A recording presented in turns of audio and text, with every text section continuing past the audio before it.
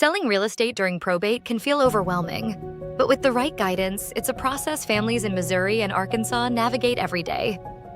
If you're an executor or heir, the first step is understanding your legal authority.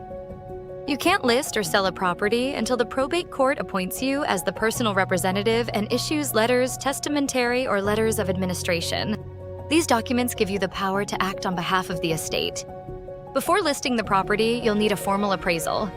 The court uses this value to ensure any sale protects the interests of both heirs and creditors. In supervised probate, you must petition the court for approval before accepting an offer, and a judge will confirm the sale at a hearing. Sometimes other buyers can even overbid at this stage. If the will allows for independent administration or all heirs agree, the process can move much faster with less court involvement. Throughout, the estate remains responsible for mortgage payments, maintenance, and all selling costs. After closing, proceeds pay debts and expenses before being distributed to heirs. Every probate sale is unique, and early legal advice can save time, money, and stress.